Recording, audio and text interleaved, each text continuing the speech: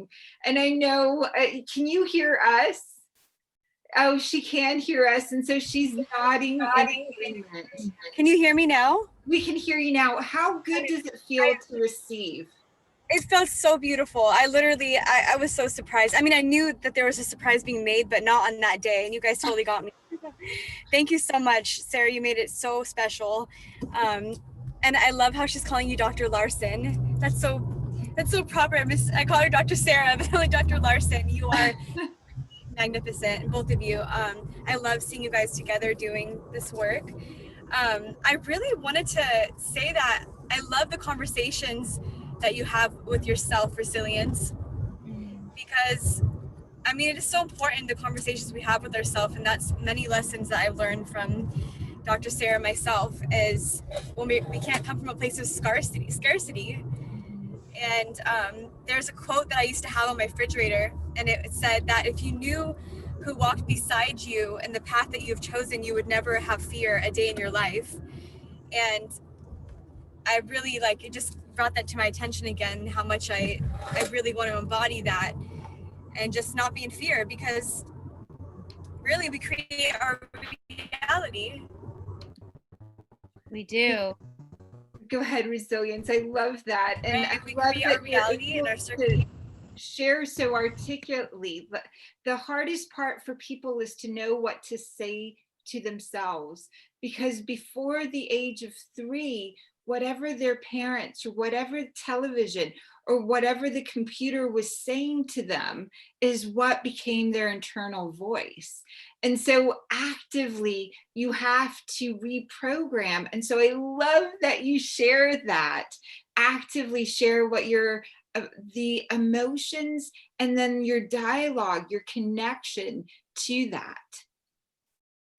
Yes, and I also think it's really important to have compassion for ourselves and for others, because we're all at different places in our lives, and we've all had to wear different shoes and walk different paths, and you never know the road someone has been on by their appearance. And so there's so many factors that could cause a bad day: lack of sleep, hunger.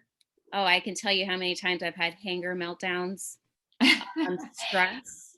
The science and the research that we've learned about it is that the word hangry, right? Your body, and when your blood sugar drops, you will get anxiety. And often people that are addicted to sugar and going off sugar, you can see the surge of the collective little cells that are living in that energy soup of sugar. Or when you're releasing an emotion, when you're teaching yourself to feel differently, this energy of hungry, angry, hangry comes up. Go ahead, Jessica. Oh, you muted yourself, honey. Sorry, there was a doorbell ring. I was trying to not interrupt. Yes, it's, for me, when I notice that my body starts to get hungry or I start dropping, and I don't know exactly what it is, because I'm not the best at, well, anyways, I start to shake. I start to get jittery.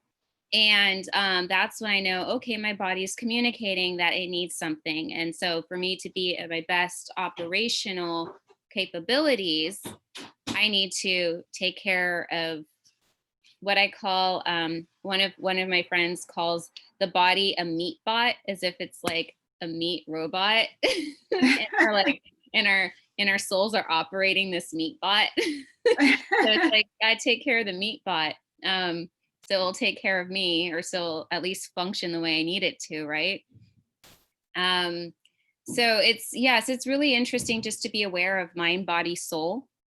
And when we are in alignment, mind, body, soul, and we are consciously aware, we can make better decisions, versus if there's some area that is maybe a weakened section. Maybe, there are a lot of people during this times that have a tremendous amount of pressure and stress is happening. It's happening all over the world. And so if people are responding in ways that they may not under normal circumstances, it's really important that we have compassion and realize, like, everybody has their trigger points. And we have to realize that we too have had trigger points, and whether or not we have mastered the ability to recognize when we're triggered and be able to catch ourselves and course correct. Everybody has their own flow, and some may only take a few seconds, some may take a few minutes, some may take a few days. And it's to recognize that we're all human, and that we're all doing our best with what we know how to do at the current time and place.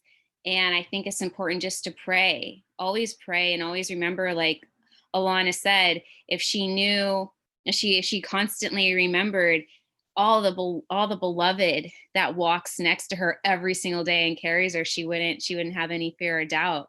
That's the same thing with me. I have to constantly remember, oh yeah, if there's something that I don't feel comfortable about, just pray, just openly express to my angels, I need a little help in this area. I know you can do things that I can't do in the physical. I give you permission to act on my behalf to clear these things up.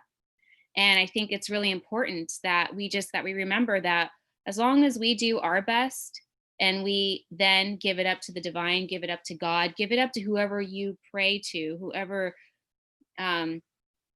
is your source of comfort, just give it up to the divine, and just know that when our hearts are true, our hearts are pure, our intentions are pure, and our thoughts are clear, the divine will just lead the way. You'll clear the path. It will clear the path. And I'm just checking on Facebook and connecting in. If you see me looking down, that's what I'm hearing, every beautiful word. And if you knew, and one of the most important things about knowing for yourself is to understand that you at best see 3% of the visual field that's available.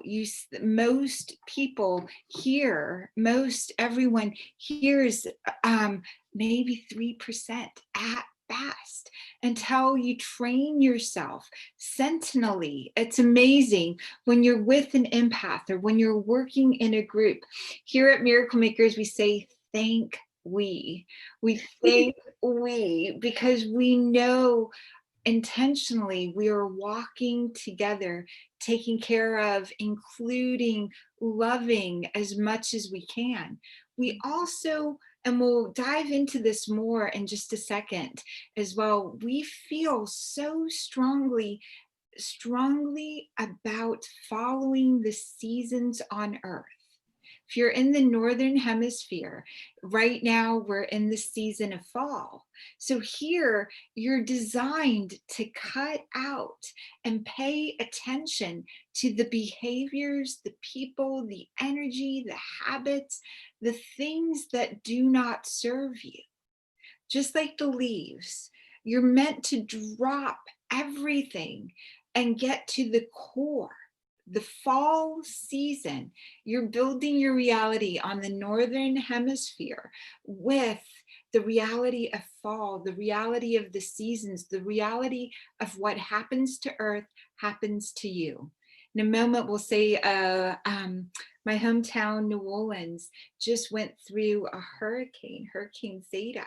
And so I've been up since 2:00 in the morning working with the people in New Orleans, making sure I connected with my parents early in the morning. Their power is still out, brothers and sisters and friends, and power out. And certain areas, power is fine, and we're just connecting. Miracle Makers are connecting those that have cat needles with those that need cat needles. It's kind of funny to say that, but it's so specific.